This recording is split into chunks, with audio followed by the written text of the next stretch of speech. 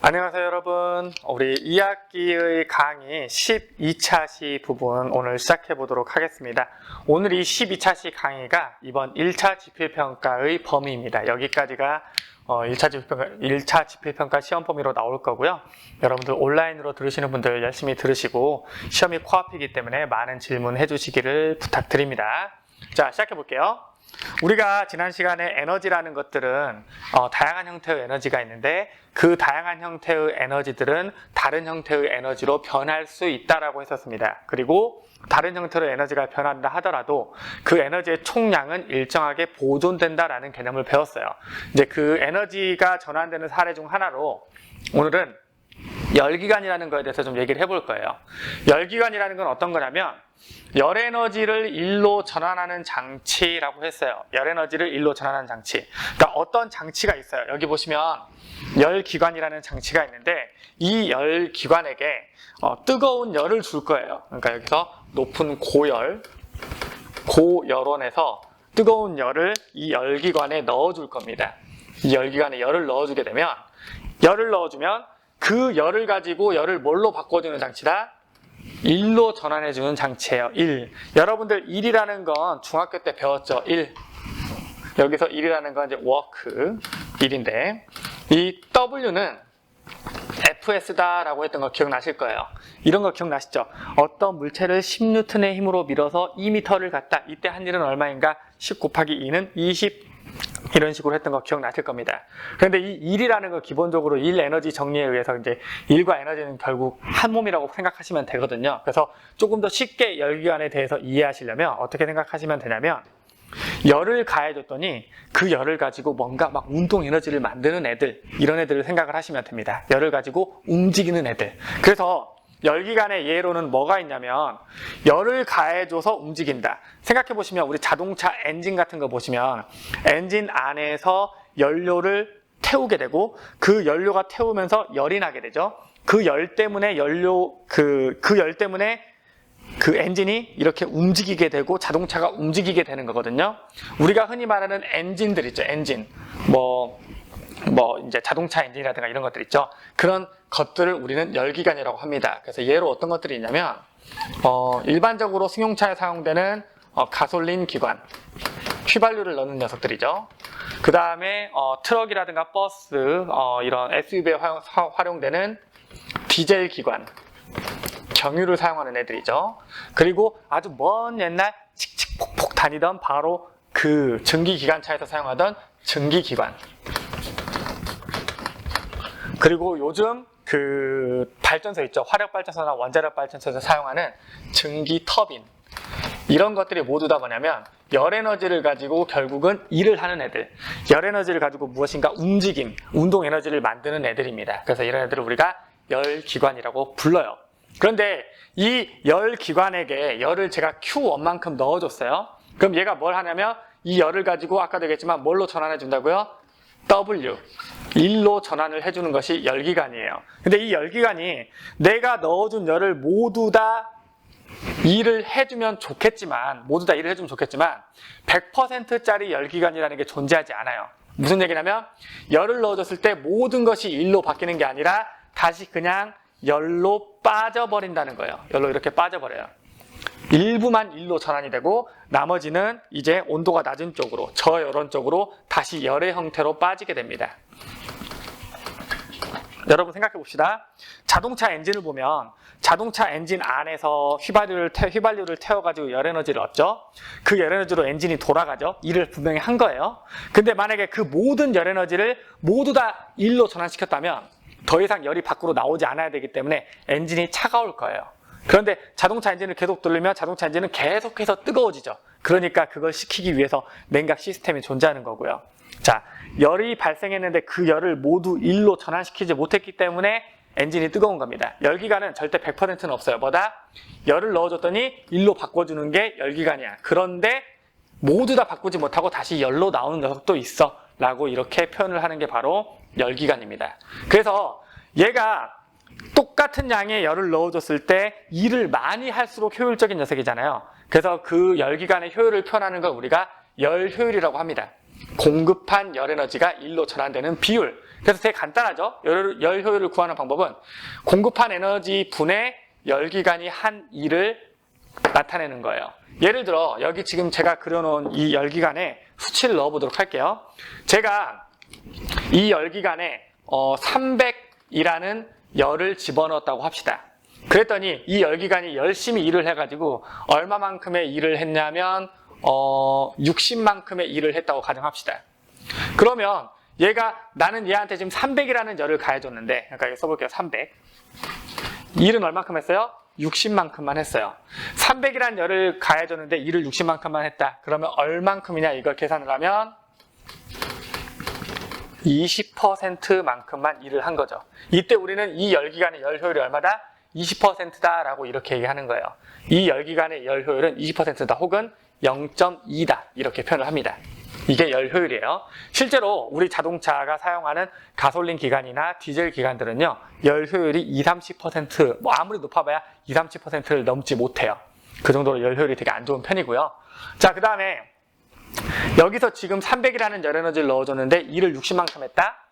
그러면 다시 밖으로 나온 열이 있겠죠. 이 열은 얼마냐라고 하면 되게 간단한 게, 우리가 지난 시간에 배웠던 그 에너지 보존 법칙에 따르면 에너지의 총량은 변하지 않아야 된다 그랬죠. 에너지를 처음에 300 넣어줬는데 일은 60만큼만 했다? 그럼 여기 나온 열은 얼마가 나왔을 거라는 걸 알 수 있어요?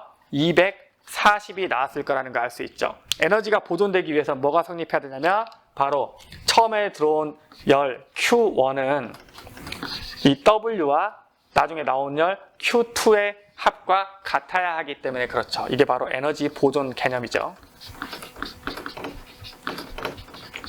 그래서 이 에너지 보존이라는 개념을 이해를 하게 되면 여기 열 효율과 관련된 모든 문제들은 여러분들이 쉽게 풀 수 있다라고 생각하시면 됩니다.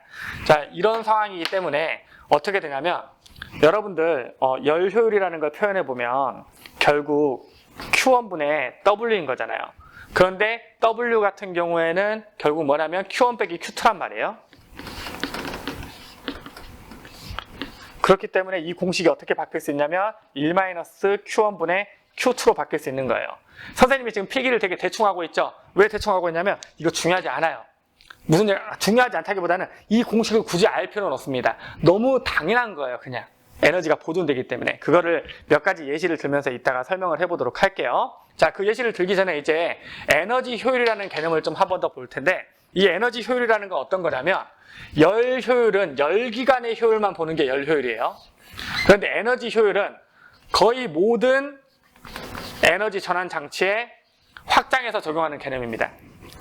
공급한 에너지분의 유용하게 사용된 에너지. 내가 어떤 장치에 에너지를 공급했어요. 그런데 그걸 가지고 걔가 다른 에너지를 만들었겠죠?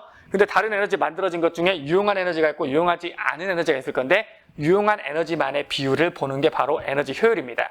우리 지난 시간에 예로 들었던 게 그 에디슨의 백열전구 기억하실 거예요. 자, 에디슨의 백열전구가 여기 있습니다. 백열전구가 있어요. 이 백열전구에 제가 전기 에너지를 100을 넣어줬다고 합시다. 전기 에너지를 100을 넣어줬어요. 그랬더니 이 백열전구가 열 에너지를 얼마를 만들었냐면 열 에너지를 95를 만들었고 빛 에너지를 5를 만들었어요. 자, 그렇다면 우리가 전구를 사용하는 목적은 뭐죠? 전구를 사용하는 목적은 빛을 얻기 위해서요? 열을 얻기 위해서요? 빛을 얻기 위해서죠. 그렇다면 이 전구의 에너지 효율은 얼마냐라고 하면 이 전구에게 내가 에너지를 얼마 넣어줬어? 100을 넣어줬어요. 그런데 나는 빛을 얻기 위해서 넣어준 거지 열을 얻기 위해서 넣어준 건 아니기 때문에 유용하게 사용한 에너지는 빛 에너지로 나온 5밖에 없죠. 그렇다면 결국 이 에디슨 전구의 효율은 몇 %라는 얘기예요? 꼴랑 5%짜리다 라고 이렇게 정의할 수가 있겠죠. 이게 바로 에너지 효율이라는 개념입니다. 만약에 조금 더 유용한 방향을 많이 사용하면은 이 에너지 효율이 올라가게 되겠죠. 이것까지 기억하시면 되겠고요. 이어서 한번 보도록 할게요. 그래서 보시면 이 열기관의 시험 문제라는 게 어떤 식으로 나오냐? 문제 1학년 때 나오는 문제들은요, 심플하게 별거 아닙니다. 뭐냐면 여기 이런 열기관을 주어주고 나서 열기관에는 결국 들어오는 에너지 Q1과 나가는 열 에너지 Q2, 한 1W 이 세 가지밖에 없거든요. 이 세 가지에다가 뭐까지 주어지냐면 이 열기관의 열 효율이 얼마인가까지 함께 주어져요. 여기서는 지금 열 효율이 20%였죠. 자, 그럼 여기에서 뭔가 미지수라고 할 만한 거 뭐가 있냐면, 어떤 미지수가 아니라 어떤 데이터라고 할 수 있는 건 뭐냐면, 여기 첫 번째 들어온 열량, 두 번째 나간 열량, 세 번째 한 일의 양, 그리고 여기 열 효율, 이 네 가지거든요. 이 네 가지 중에 한 가지 혹은 두 가지를 주어주지 않고 그걸 구하게끔 문제를 냅니다. 전혀 어렵지 않거든요. 제가 하나씩 지우면서 보도록 할게요. 만약에 문제에서 열 효율을 안 주어졌다고 합시다. 열 효율을 안 주어졌어요. 그리고 이것만 주어졌어요. 어떤 열기관을 봤더니 300이란 열을 넣어줬는데 얘가 일을 60만큼 하더라? 그럼 얘는 열 효율이 얼마니? 이렇게 물어볼 수 있습니다. 당연히 구할 수 있죠. 왜? 공급한 에너지가 300이고 한 일의 양이 60이니까 300분의 60 곱하기 100, 열 효율은 20%예요. 쉽게 구하겠죠? 쉽게 구할 수 있습니다. 방금 하나를 지운 거죠? 두 개 지워도 가능합니다. 예를 들어 이렇게 지울 수도 있겠죠. 열 효율 안 줘요. 공급한 에너지도 안 줍니다. 이렇게 해놓고 어떤 열 기간에 내가 열을 가해줬는데 60만큼 일을 하고 열 에너지가 240만큼 빠져나왔어. 이 녀석의 효율은 얼마니? 이렇게 물어볼 수 있습니다. 그러면 분명히 공식에서는 공급한 에너지분의 열 기간이 한 일이잖아요. 근데 공급한 에너지가 없네? 걱정할 필요가 없어요. 왜? 공급한 에너지는 결국 한 일과 빠져나온 열의 합과 똑같잖아요. 에너지 보존의 법칙. 그러니까 여기가 비어있다 하더라도 여기가 얼마라는 걸 알 수 있어. 300이라는 걸 알 수 있죠. 그러면 300분의 60 해서 열 효율이 얼마라는 걸 알 수 있어요? 20%라는 거 당연히 구할 수 있는 거예요. 너무 당연한 얘기죠. 아니면 이번에는 어떤 값을 안 줘줄 수도 있냐? 이렇게 한 일의 양을 안 줄 수도 있어요. 일의 양을 안 줘요. 그리고 뭐 이렇게 빠져나간 양도 안 준다고 합시다. 이렇게 안 주고 이렇게 물어볼 수 있어요. 내가 효율이 20%인 어떤 열기관에 열을 내가 300만큼 줬거든?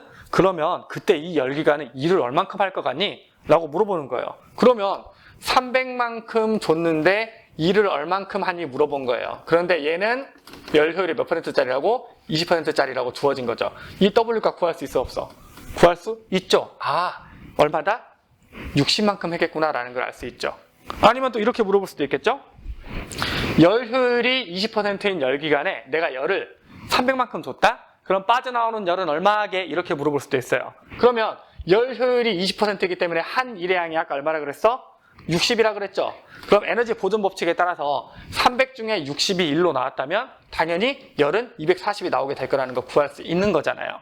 그래서 열 기관과 열 효율 문제는 정말 단순하게 효율은 뭐다? 공급한 에너지분의 1이다 라는 것만 기억하시면 되고, 그 다음에 에너지 보존 법칙에 따라서 공급한 에너지의 양은 바로 한 일의 양과 빠져나간 열량의 합과 같다라는 거, 이것만 기억하시면 바로 이 공식들을 외울 필요 없이 자연스럽게 적용이 될 겁니다. 여기까지 해서 여러분들 열 기관 그리고 열 효율, 에너지 효율에 대한 수업을 마치도록 할게요. 여러분들 오늘 수업은 최대한 짧게 잡았고요. 여기까지 공부 열심히 하셔서 다가오는 주에 여러분들 그 1차 지필평가 잘 보실 수 있길 바라고요. 이제 시험이 여러분이 보는 시점에서 일주일도 안 남은 상황일 거예요. 이 영상을 봤을 때는. 여러분들 그리고 온라인 기간이기 때문에 질문하기 쉽지 않을 텐데, 선생님의 질문은 언제나 열려있기 때문에 다양한 수단을 이용해서 많은 질문을 하시면 최대한 답변 드리도록 하겠습니다. 여러분들 오늘도 수업 듣느라 고생 많으셨어요. 여러분 감사합니다. 늘 하던 거 줌에서 만나요.